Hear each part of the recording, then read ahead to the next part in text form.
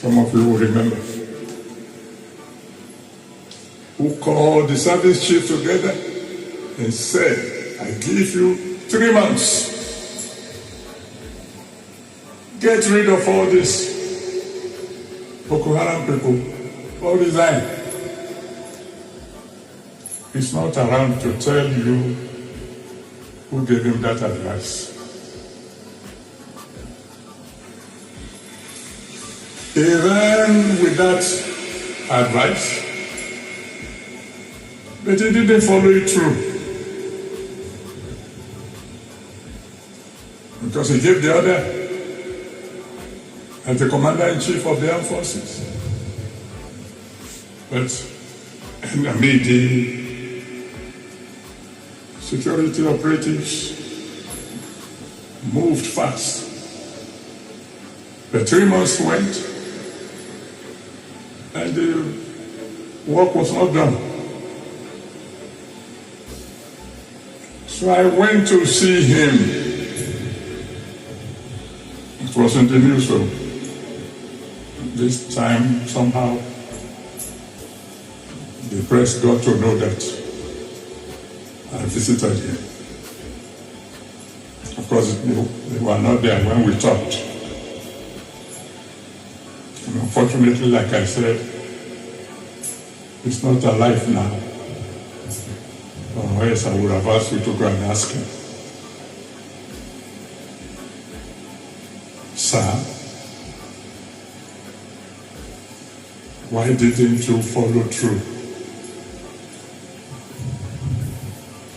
Because when 3 months passed and the work wasn't done, why didn't you proceed with your, are we going to call it threat?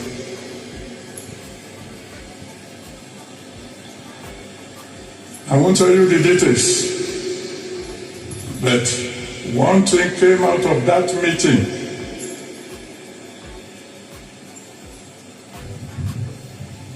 Which would lead me to my next advice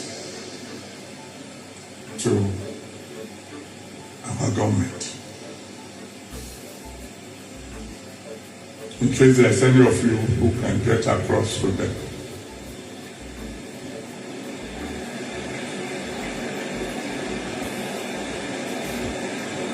That when giving orders to the service chief this time round,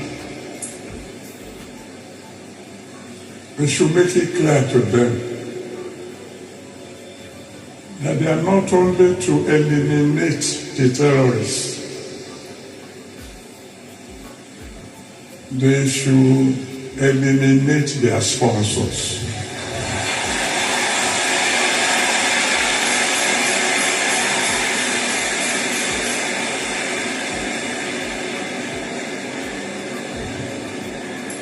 No matter how influential they may be.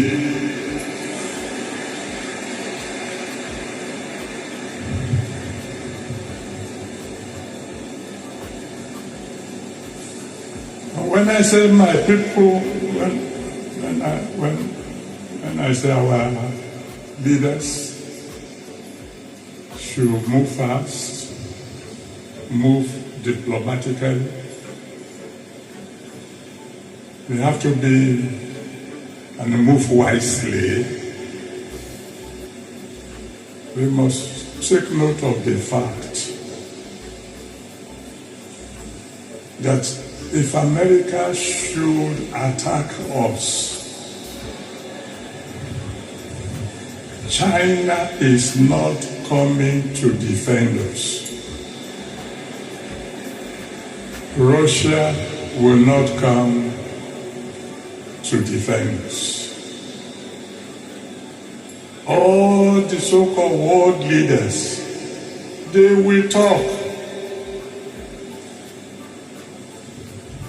They will condemn what America had done in strongest terms.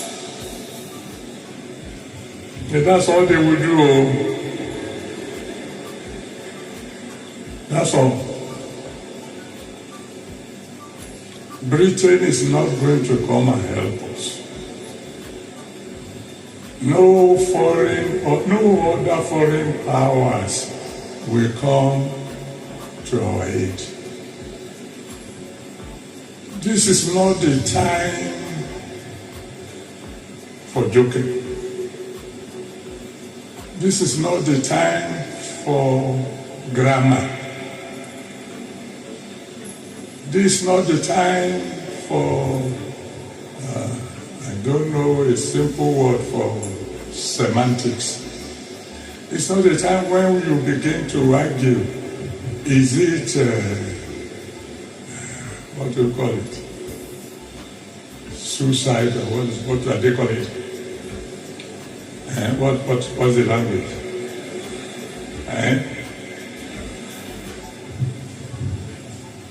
Whatever they want to call it. And this is not the time for saying, it's not Christian alone, Muslims are also involved. The point is, people are dying.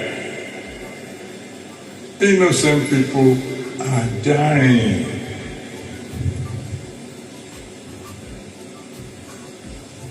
I almost spoke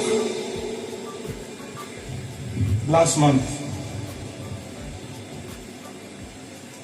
when I heard the speech of my in-law, the president. When I heard the speech, particularly that section that spoke about security, and you can go and listen to it again, where I heard him say, all is well now, that displaced people have returned to their villages, and I almost said, the one who wrote that speech for my president, my in-law,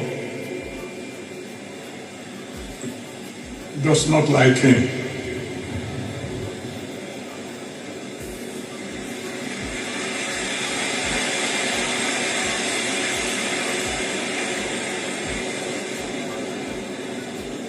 And if you want to say, what do you mean? Somebody wrote it, that is the president who read it.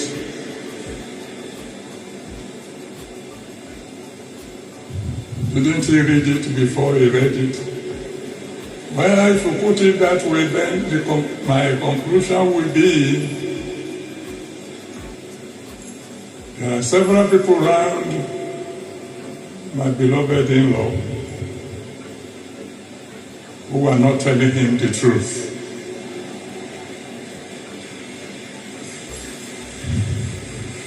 But that's all right, because I think the following day in the newspapers we read about a traditional ruler being killed, whether in Kwara or Kogi, while the wife was hiding somewhere in the house. It is not the time for apportioning blames. Our president inherited this problem.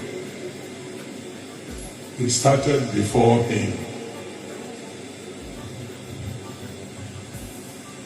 And in any case, I am an applied mathematician. I am more interested in just get the problem solved. That's all.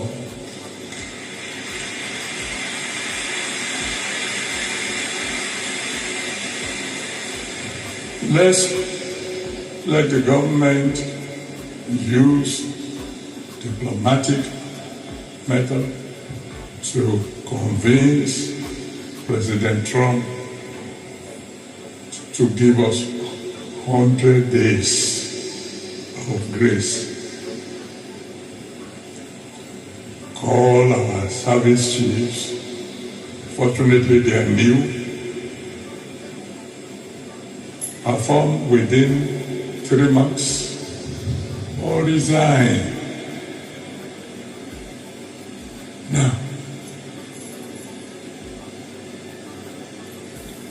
where do you come in? You want to ask me, Daddy? You want to tell us you had no idea that something like this is coming? I've told you I'm not a prophet. I only hear from God once in a while. But do you think I asked you to fast for 100 days for fun?